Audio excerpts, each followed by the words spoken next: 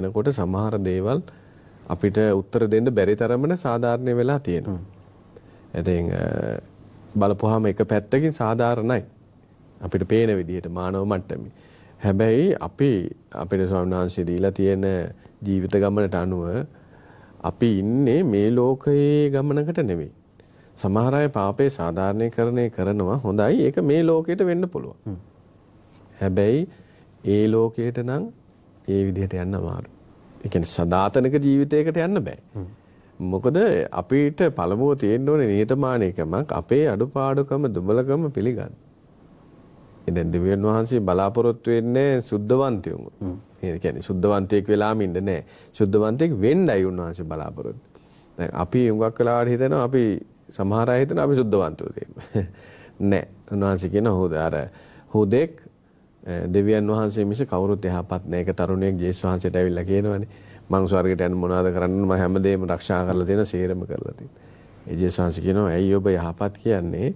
හුදෙක් දෙවියන් වහන්සේ මිස කවුරුත් යහපත් නෑ. අපි ගාව දුබලකම අයහපත තියෙනවා. ඒතර උන්වහන්සේ බලාපොරොත්තු වෙන්නේ පියවරෙන් පියවර සුද්ධවන්ත භාවයට එන්නයි. ඒක තමයි මනුෂ්‍යයාගේ මූලික කාරණේ. දැන් හුඟක් අය පාපය සමහර අය මේක දන්නවා. සමහර අය නොදන්නවා. අපි කියමු දෙගොල්ලොම ඉන්නවා. මේ පාපය නිකන් ළඟ තියන් ඉන්නවා.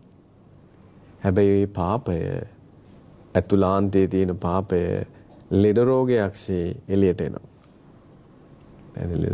ලෙඩ රෝගයක්සේ එළියට එනවා. ඒකයි හුඟක් වෙලාවට ජේසුස් වහන්සේනේ රෝගයෙන් සුව කළේ. නුඹේ පව් නුඹට කමා කරනු ලැබේ. යන්න යහන රැගෙන යන්න. අංශභාග රෝගය සුව කළා.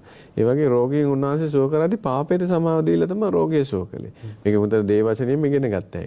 එතකොට භෞතික දියුණුවත් භෞතික දියුණුව සහ තමන්ගේ ව්‍යාපාර ඒකත් කියන සරලව කියමු තමන් කර රැකී ආරක්ෂා සාර්ථකත්වයට යන්නේ නැත්තේ ඒ පාපය ඔබව ජීවිතයෙන් පල්ලෙහාට දානවා. ආධ්‍යාත්මික ජීවිතෙනුත් පල්ලෙහාට දානවා.